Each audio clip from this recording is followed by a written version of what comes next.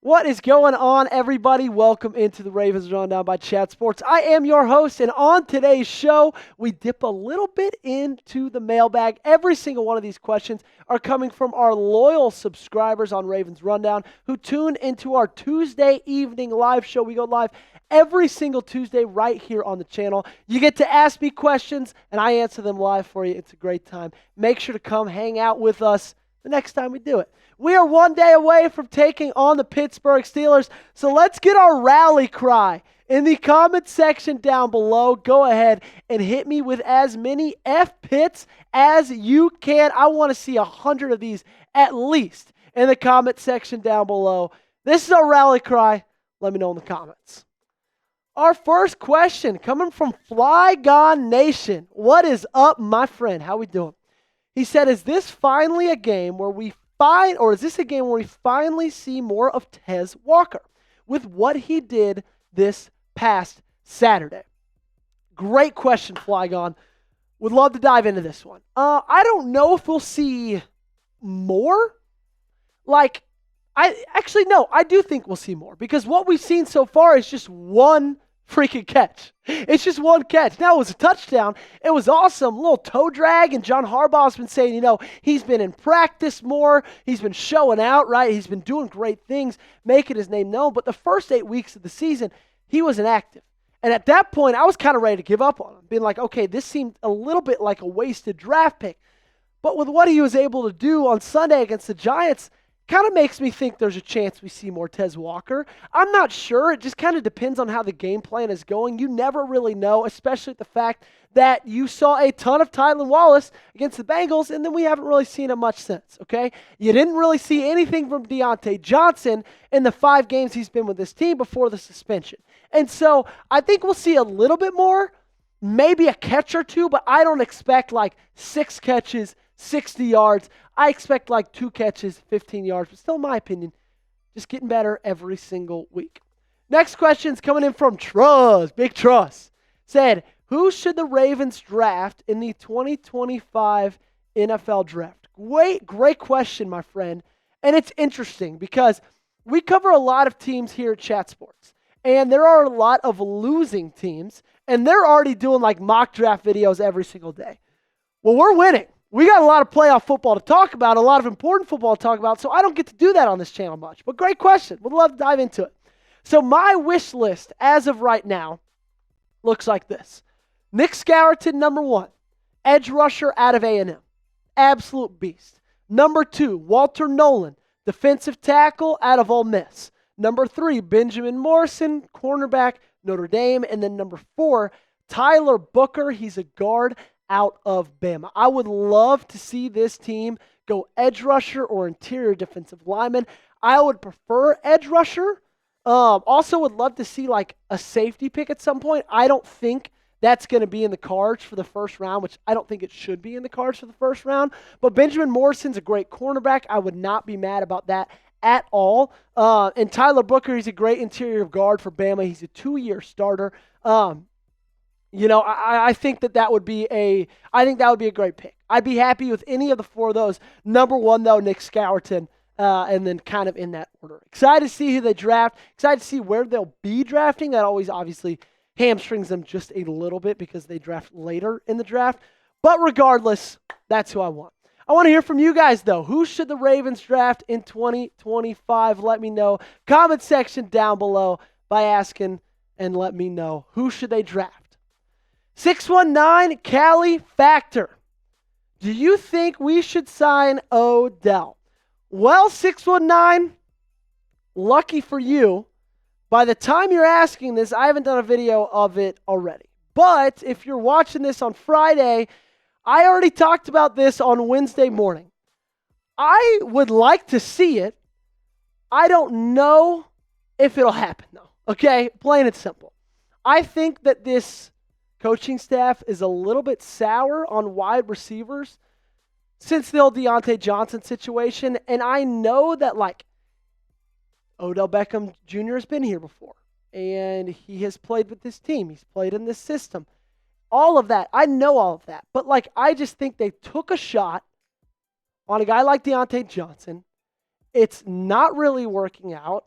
And I don't think they're going to take a shot on a guy like Odell Beckham Jr., even though he's been here before.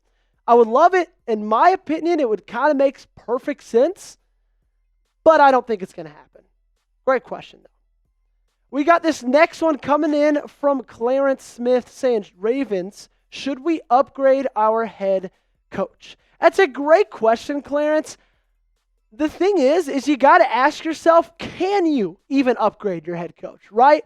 It's not like this, should we not? But, like, is there a guy available to even be upgraded to? And I don't know the answer to that question. I know how everybody feels about John Harbaugh. I know he's probably the most hated man in Baltimore, and it's not even close. But you have to ask yourself, okay, if we cut ties with him, who's there? I don't like Todd Monken as a head coaching option. I think he's a little too old. He's been a head coach only one time in his career. It was for a small college program in Southern Miss, and they had a really bad record. Ben Johnson would be great. I think he's going to Chicago. I would love Mike Vrabel, but I think he's going to kind of more of a rebuilding team. So you got to ask yourself, is this even a possibility to upgrade from John Harbaugh? And I don't know if it is.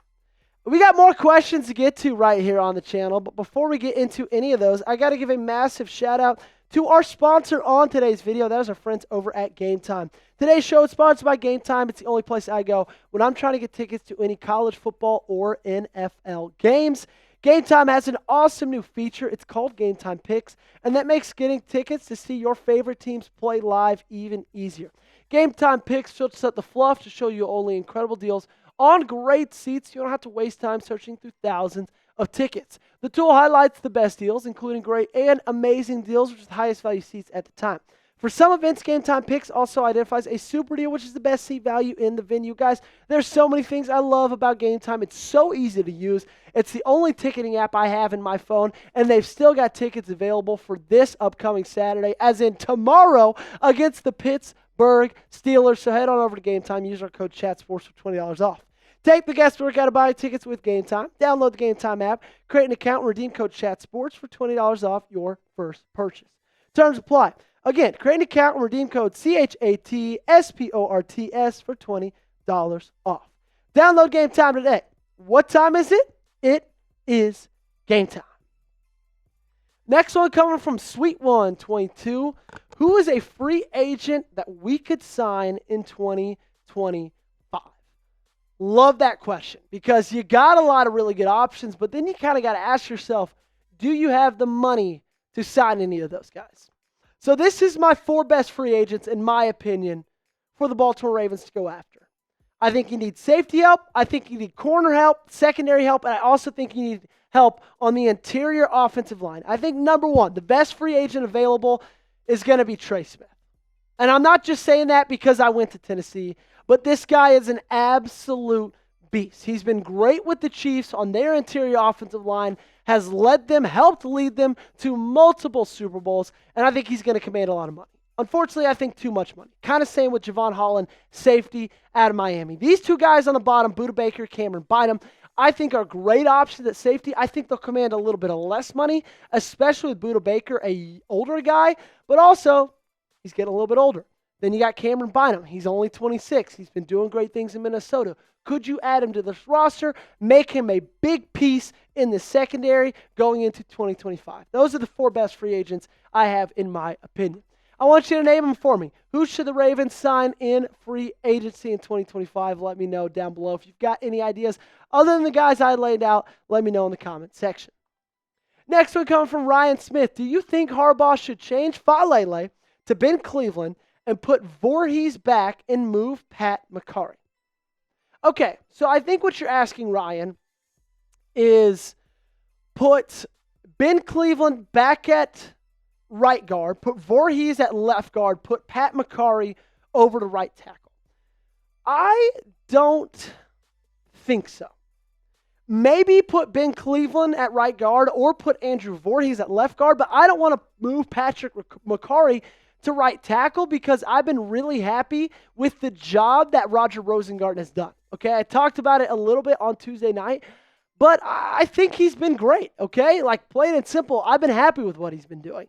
And Patrick McCarry, Daniel Faalele, they showed a little bit more promise in this last game against the Giants, but also I know the Giants aren't that great. And so I don't think that